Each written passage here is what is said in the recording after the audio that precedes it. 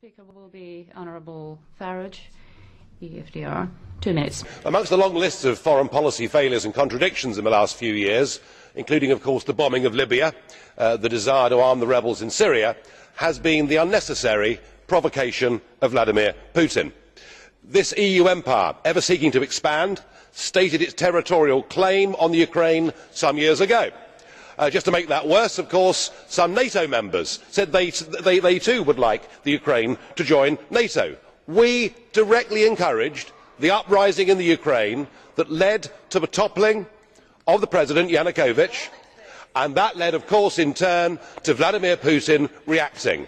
And the moral of the story is, if you poke the Russian bear with a stick, don't be surprised when he reacts.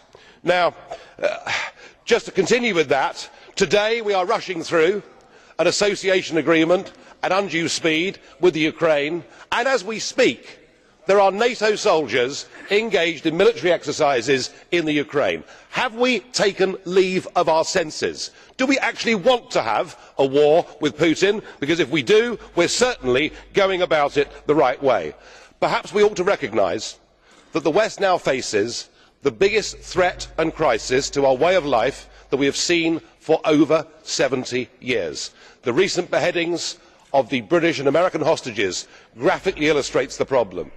And of course we have our own citizens from our own countries engaged in that struggle too. In the war against Islamic extremism, Vladimir Putin, whatever we may think of him as a human being, is actually on our side. I suggest we grow up. I suggest we recognise the real threat facing all of our countries, communities and societies. We stop playing war games in the Ukraine and we start to prepare a plan to help countries like Syria, like Iraq, like Kenya, like indeed Nigeria, to try and help them to deal with the real threat that faces us. Let us not go on provoking Putin, whether we like him or not. Kiitoksia. Mr. PAŠCU, 30 seconds, please. Thank you. Sir, in your considerate opinion, what is better, to have Russian soldiers fighting a war on the territory of Ukraine, or NATO troops exercising as a response to that on the territory of Ukraine?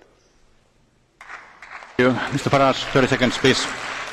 I think, sir, the point that I was making is that there should be a huge degree of guilt in this House about what provoked all of this in the first place, and we saw Western Ukrainians waving European flags, rioting, setting fire to things and effectively staging a coup d'état which brought down the Ukrainian president, which has led to this instability.